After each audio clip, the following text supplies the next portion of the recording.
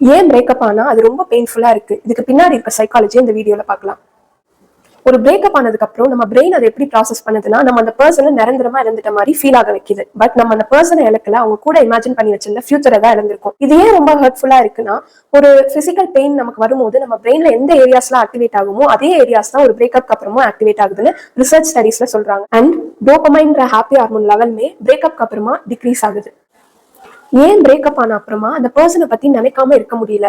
Because நம்ம brain unfinished business process பண்ணிட்டே இருக்கும். அதாவது ஒரு பிரேக்கப் ஆனதுக்கு அப்புறம் நம்ம மைண்ட்ல நிறைய கொஸ்டின் இருக்கும். ஃபார் எக்ஸாம்பிள், ஏன் அவங்க நம்மளை விட்டுட்டு போனாங்க, நம்ம என்ன தப்பு பண்ணோம், இந்த மாதிரி நிறைய கொஸ்டின்ஸ் இருக்கும். இதை தான் அன்பினிஷ்டு பிசினஸ் சைக்காலஜில சொல்லுவாங்க. கொஸ்டின்ஸ்க்கெல்லாம் ஆன்சர் கிடைக்காததுனால நம்ம பிரெயின் மறுபடியும் அந்த மெமரிஸை ரீப்ளே பண்ணிட்டே இருக்கும். அதுக்கான ஆன்சரையும் தேடிட்டே இருக்கும். அதே மாதிரி நைட் டைம்லயே அந்த பர்சனை பத்தின ஞாபகங்கள் அதிகமா வருதுன்னா, மார்னிங்ல நமக்கு நிறைய டிஸ்ட்ராக்ஷன்ஸ் இருக்கும். நம்மளை சுத்தி நிறைய ஆளுங்க இருப்பாங்க, நம்மளும் ஒர்க்ல பிஸியா இருப்போம். பட் நைட் டைம்ல இந்த டிஸ்ட்ராக்ஷன்ஸ்லாம் ரொம்ப கம்மியா இருக்கும். அண்ட் நம்ம அப்போ லோன்லியா இருக்கனால இந்த மாதிரி ஞாபகங்கள்லாம் அதிகமா வருது. பிரேக்கப் ஆனதுக்கு அப்புறம் நிறைய பேர் இந்த மாதிரி சொல்றதை நீங்க கேட்டிருப்பீங்க, அவங்க இல்லாம எனக்கு லைஃபே இல்லை.